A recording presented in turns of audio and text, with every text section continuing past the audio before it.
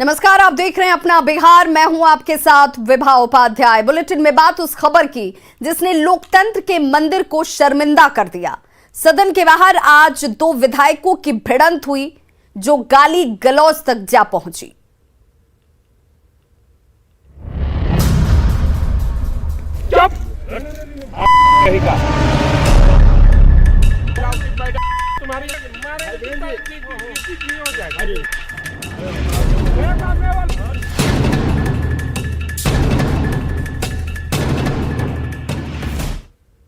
तो बिहार विधानसभा परिसर में आरजेडी विधायक भाई वीरेंद्र और बीजेपी विधायक संजय सरावगी आपस में ही भिड़ जाते हैं।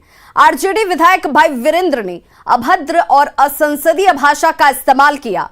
दोनों ने एक दूसरे को देख लेने तक की धमकी दे डाली।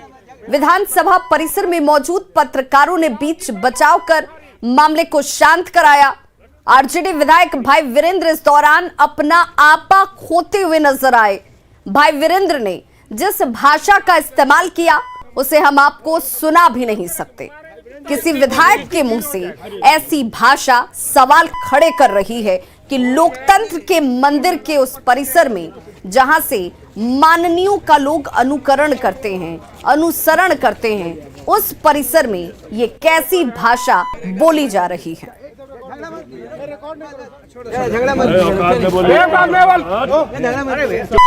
मिलावटी आदमी, मिलावटी पैदा तुम्हारी, मिलावटी पैदा तुम्हारी। चुप का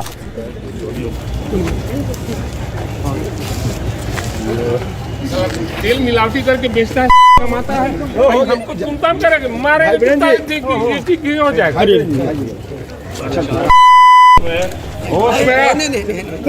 पट्टा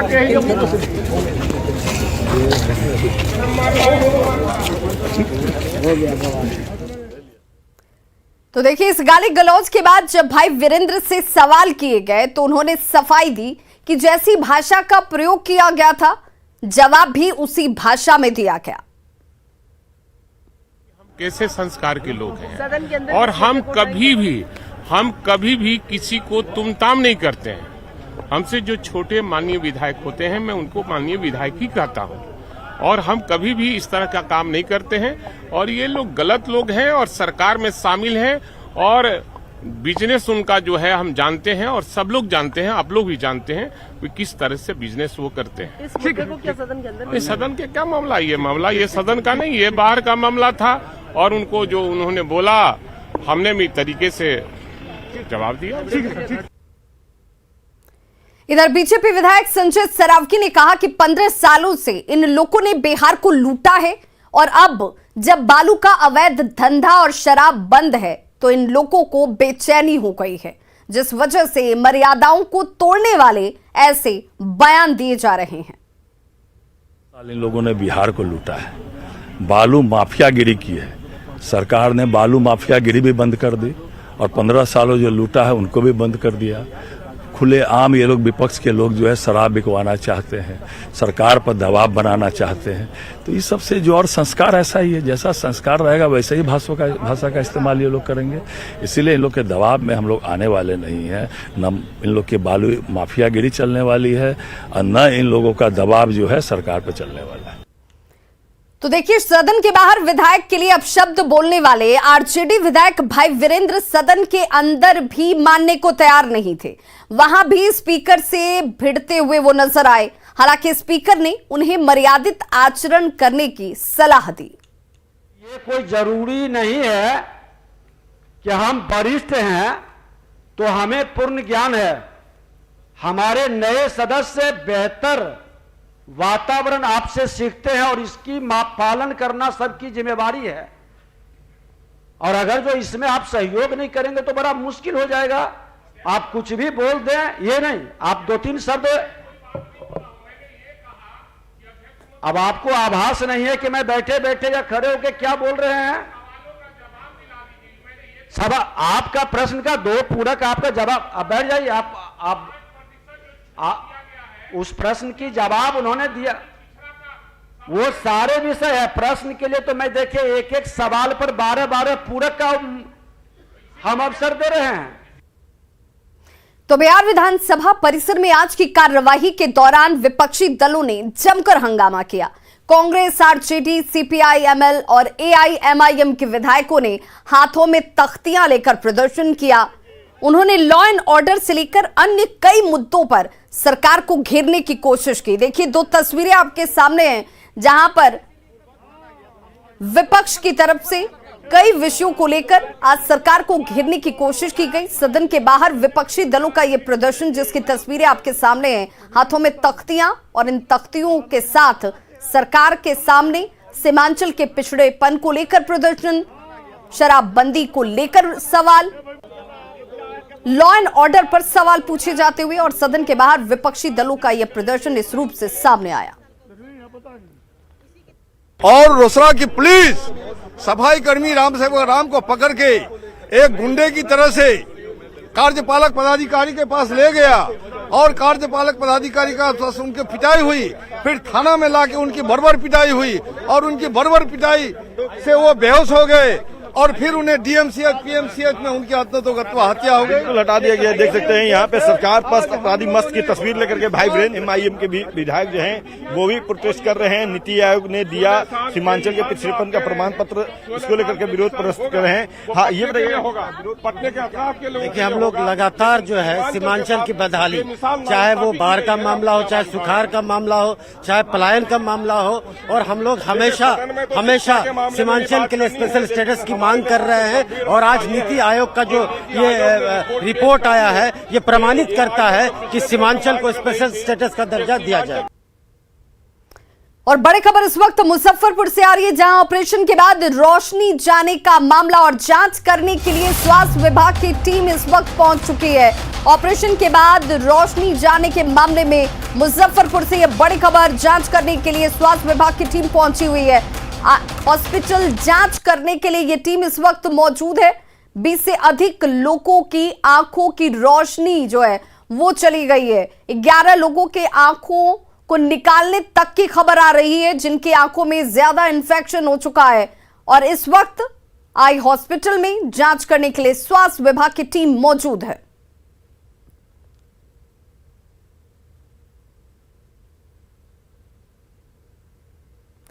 और देखिए, इस पूरे घटनाक्रम में अब तक क्या कुछ हुआ है वो भी देख लीजिए। 22 नवंबर को विशेष मोतियाबिंद ऑपरेशन कैंप लगाया गया था। कैंप में 65 से अधिक लोगों के मोतियाबिंद का ऑपरेशन भी हुआ। ऑपरेशन के बाद 20 से अधिक लोगों की आंखों की रोशनी जो है वो चली गई। इन्फेक्शन की वजह से 11 लोगों की आंखें तक निकालनी पड़ी हैं। शिकायत के बाद स्वास्थ्य विभाग की टीम जो है वो जांच में अब जुटी हुई है और इस वक्त जानकारी ये कि स्वास्थ्य विभाग की टीम हॉस्पिटल पहुंची हुई है, इस आई हॉस्पिटल में, जहां पर इन लोगों का ऑपरेशन किया गया। 20 से ज्यादा लोगों की आंखों की रोशनी जो है वो जा चुकी है। और सहयोगी प्रियांक सौरभ हमारे साथ इस वक्त ज्यादा जानकारी के साथ फोन लाइन पर मुजफ्फरपुर से जुड़ चुके हैं। प्रियांक, इस वक्त कौन कौन से लोग टीम में शामिल हैं जो जांच करने के लिए पहुंचे हैं? जी, इस वक्त जो जांच चल रही है, स्वास्थ्य विभाग की तरफ से 3 सदस्यीय टीम भेजी गई है। उसमें सिविल सर्जन ने भेजा है तमाम टीम को और इसमें आप देखेंगे कि जो बड़े अस्पताल है मुजफ्फरपुर के, चाहे एसकेएमसीएच हो, चाहे सदर अस्पताल, सभी जगह के जो आई स्पेशलिस्ट है वो भी यहाँ पर बुलाए गए हैं। और ये जो लगातार जो खबर है, जो संख्या बढ़ रही है, आंकड़े वो लगातार बढ़ते जा रहे हैं और ताजा आंकड़े ये है कि 2 लोगों का अभी जो है आंख निकाला गया है और कुल संख्या जो है अब तक 11 लोग हैं ऐसे जिनके आंख निकाल दिए गए हैं। और ये आंकड़े अभी और भी बढ़ सकते हैं क्योंकि तमाम जो मरीज हैं उन्हें और भी अस्पतालों में भेजा जा रहा है, यहाँ से भी भेजा गया है। बिल्कुल, बहुत बहुत शुक्रिया प्रियांक सौरभ इस जानकारी के लिए। और चलिए, अब आपको सदन की कार्रवाई का दूसरा दिन है। नेता प्रतिपक्ष सदन के बाहर क्या कुछ बोल रहे हैं, सीधे आपको सुनाते हैं। बिहार की जनता से माफी मांगना चाहिए और तुरंत इस्तीफा का पेशकश करना चाहिए उनको। अगर बिहार विधानसभा में जहां मुख्यमंत्री के सुरक्षा में ही कई किलोमीटर गाड़ियां रोक दी जाती हैं, जब वो सड़कों से निकलते हैं, तो यहाँ तो पूरी छावनी है। अब ये काम कैसे हो रहा है, क्या हो रहा है भाई? ये बड़ा अद्भुत बात है। अगर इस पे कोई सवाल ना हम लोग रखेंगे, हम लोग हाउस में रखबे करेंगे। क्या आप शराबबंदी को खत्म करने के पक्ष में हैं या उसकी समीक्षा करने की? शराब आराम से बेची जा रही थी, क्या कहेंगे इस पर कि लगातार अब ऐसी जगह पर जहां से शराबबंदी का कानून पारित हुआ वहीं पर जब मिल रही है शराब? अब आप अंदाजा लगा सकते हैं। जो आपके मन में जो सवाल हैं वो हम लोगों के भी मन में सवाल है, लेकिन सवालों का जवाब देगा कौन? अभी मुख्यमंत्री जी बोलेंगे हमको पता नहीं है, पता लगाते हैं। अब तक तो पता लग जाना चाहिए कि जाके देख लीजिए कैंपस में आके। अरे खुद भी तो मुआयना कर लें, बाद में पता चले बोलेंगे कोका कोला का बोतल था, ये लोग झूठ बोल रहा है। अरे ये लोग तो कुछ भी कह सकते हैं। और बुलेटिन में बात उस खबर की जिसे देखकर आप भी चौंक जाएंगे, आप भी हैरान हो जाएंगे, क्योंकि मुंगेर में जो हुआ है वो वाकई हैरान करने वाला ही है। तो बिल्कुल डाले गए थे वोट और कट गई जेब। मुंगेर में वोटरों से फिंगरप्रिंट के जरिए पैसे की धोखाधड़ी करने के बाद हमारी टीम एक ग्राहक सेवा केंद्र पर पहुंची। हमारी टीम ने ये जानने की कोशिश की कि आखिर कैसे आधार कार्ड और फिंगरप्रिंट के जरिए लोग अपने पैसे निकाल सकते हैं।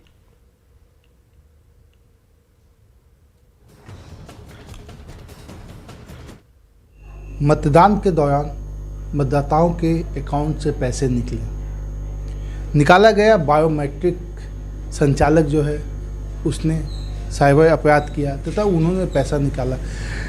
आप बिना खाते के भी पैसा निकाल सकते हैं, केवल आधार कार्ड की आवश्यकता है और वो आपका किसी न किसी बैंक अकाउंट से लिंक हो तो आपके अकाउंट से जो है वो पैसे निकाले जा सकते हैं, जहाँ पे आपके खातों की भी आवश्यकता नहीं है।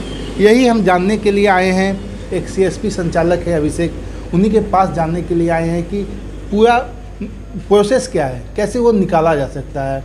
जैसे मैं अपना आधार कार्ड लेके आया हूँ, आप देख सकते हैं कि हमारे पास आधार कार्ड है। इससे पैसे कैसे निकलेंगे आइए उन्हीं से जानते हैं।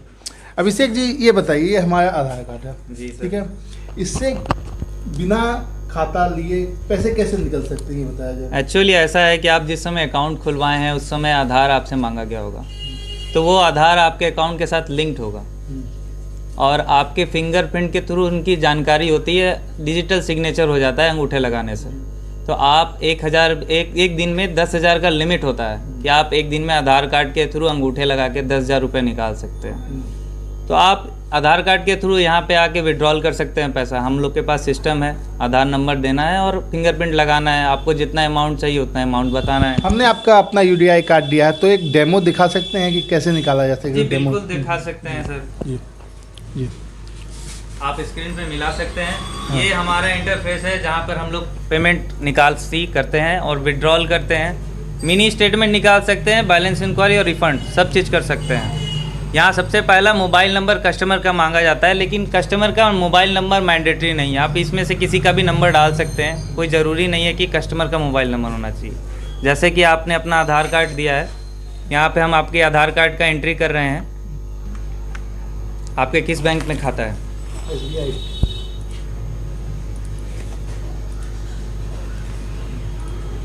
डेमो के रूप में आपके अकाउंट से 100 रुपये निकाले जा रहे हैं। अभी आपको अभी फिंगरप्रिंट पे एक बत्ती जलेगा, उस पर अंगूठा लगाना है। मैं अब अंगूठा लगाने वाला हूँ फिंगरप्रिंट पे, ताकि ये पैसे निकाल सके। आप भी देख सकते हैं कि ये फिंगरप्रिंट की जो मशीन है, इस पर मैं अपना अंगूठा जो आधार कार्ड में आपका लिंकअप है वो दिया है, ये मैंने यहाँ पे ये अंगूठा दिया। आप देख सकते हैं कि स्क्रीन पे वहाँ पे जो लिखा गया है स्कैन सक्सेसफुली, यानी हमारा अंगूठा सही है। उसके बाद अब ये जो है उनका जो है प्रोसेस जो है वो फिंगरप्रिंट स्टैंप जो है वो आपको दिखा देगा। उसके बाद जो ये है ये आपको पैसा निकाल के दे देंगे। ये एक बहुत ही सिंपल और इजी मेथड है। यही वजह है कि लोग अब इसको जो है अपने इससे फौजरी हो भी सकता है, उनके खाते से पैसे भी निकल सकते हैं अगर वो अंगूठा का कहीं पे गलत इस्तेमाल कर ले और आधार कार्ड उनके पास हो। तो ये तो हो गया मेथड। अब इससे लोग बच कैसे सकते हैं? बच इस तरह से सकते हैं कि लोग को जागरूक होना चाहिए, क्योंकि सबको ये अब कॉमन चीज़ है, अब सब लोग जानते हैं कि आधार कार्ड से पैसे निकाले जा सकते हैं। तो इनको लोगों में जागरूकता होनी चाहिए कि सबको जानकारी होनी चाहिए कि आधार कार्ड के थ्रू पैसे निकाले जा सकते हैं, सिर्फ एक अंगूठे की निशानी की वजह से। लिमिट इसलिए 10,000 लगाया गया है क्योंकि रात में सोते समय भी अंगूठा लगाया जा सकता है। आप घर परिवार में है, कोई मोबाइल, ये एप्लीकेशन मोबाइल के थ्रू भी, टैबलेट के थ्रू भी चला सकते हैं आप लोग। इतना इजी प्रोसेस है कि आप कहीं भी किसी भी समय किसी का भी पैसा निकाल सकते हैं। कि आप कहीं भी बिना बोले अंगूठा ना लगाएं, कहीं भी बिना बोले अंगूठा ना लगाए। कल बूथ पे भी यही हुआ था। जो बायोमेट्रिक संचालक है उसने जो मतदाता है उससे 2 बार अंगूठे लगवाए हैं। एक अंगूठा जो टैब दिया गया था गवर्नमेंट की ओर से, भारत निर्वाचन आयोग, जिसमें सारा उनका डिटेल था, उस पर एक जो सामने आई है बात, एक उसने अपने टैब को साथ में ले गया था, उस टैब के लिए भी 1 सेकेंड अंगूठा लगवाया, जिसके बाद लोगों का पैसा जो है वो निकासी हो गया। लोगों को ये पता भी चलना चाहिए कि एक अंगूठा, जो पहले लोग अंगूठा छाप करते थे, लेकिन अब यही अंगूठा है जो उनके खातों को नील कर सकता है। इसलिए वो सतर्क है ताकि उनके खातों, उनके साथ ऐसा कोई भी घटना ना घटे। अरुण शर्मा, न्यूज़ 18 मुंगेर। नालंदा के राजगीर थाना क्षेत्र से बड़ी खबर आ रही है। निजी भवन में सरकारी कागज रखने पर कार्रवाई की गई है। एसटीओ ने निजी भवन के कार्यालय में तालेबंदी की है। हल्का कर्मचारी निजी भवन में चला रहे थे कार्यालय, और निजी लाभ के लिए कार्यालय चलाने की सूचना मिली थी, जिसके बाद ये कार्रवाई की गई है। राजस्व संबंधी मामले में पैसे लेने का आरोप भी लगा है। ये बड़ी खबर इस वक्त सामने आ रही है। निजी भवन में सरकारी कागज रखने पर यह कार्रवाई की गई है। नालंदा के राजगीर से यह बड़ी खबर, जहां एसटीओ ने निजी भवन के कार्यालय में तालाबंदी की है।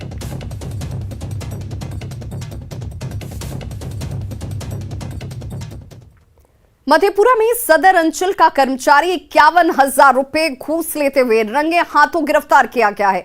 विजिलेंस की टीम ने मधेपुरा स्थित आवास पर छापेमारी कर यह कार्रवाई की है।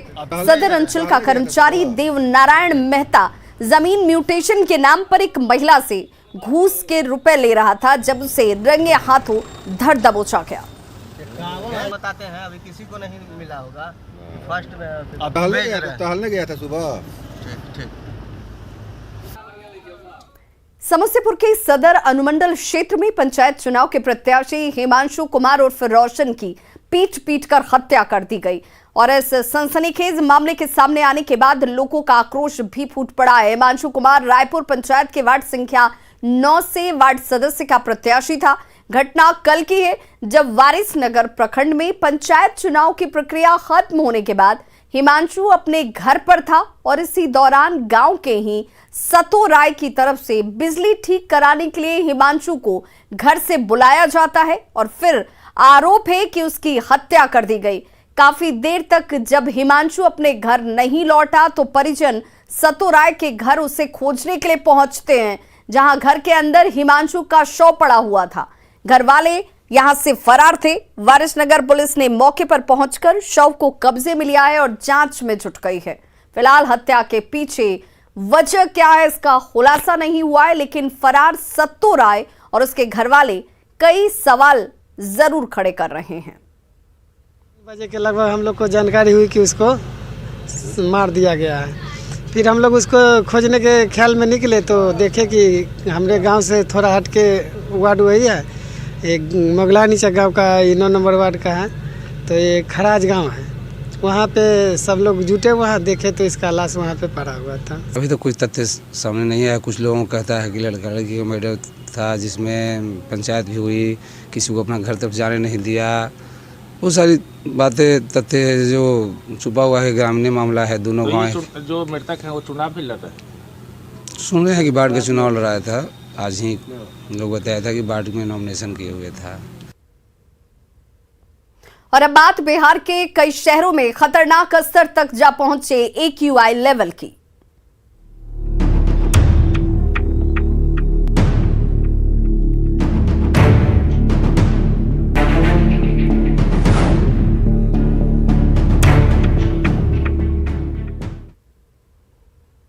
मुजफ्फरपुर में हवा जहरीली हो गई है। यहां वायु प्रदूषण का स्तर बेहद खतरनाक है। आज के हालात को देखते मुजफ्फरपुर से हमारे सहयोगी की इस रिपोर्ट को देखिए।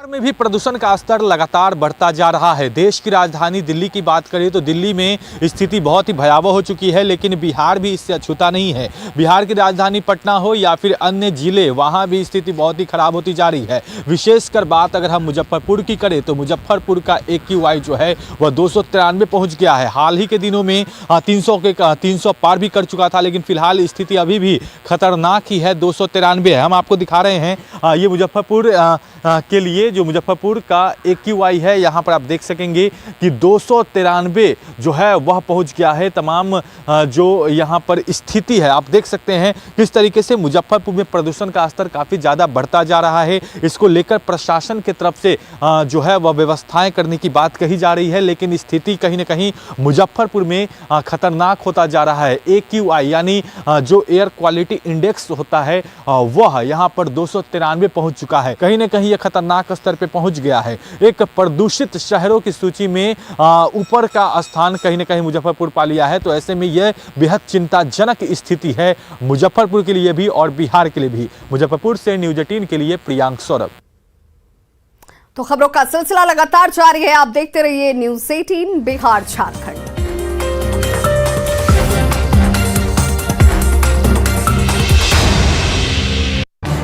इस न्यूज़ हेडलाइन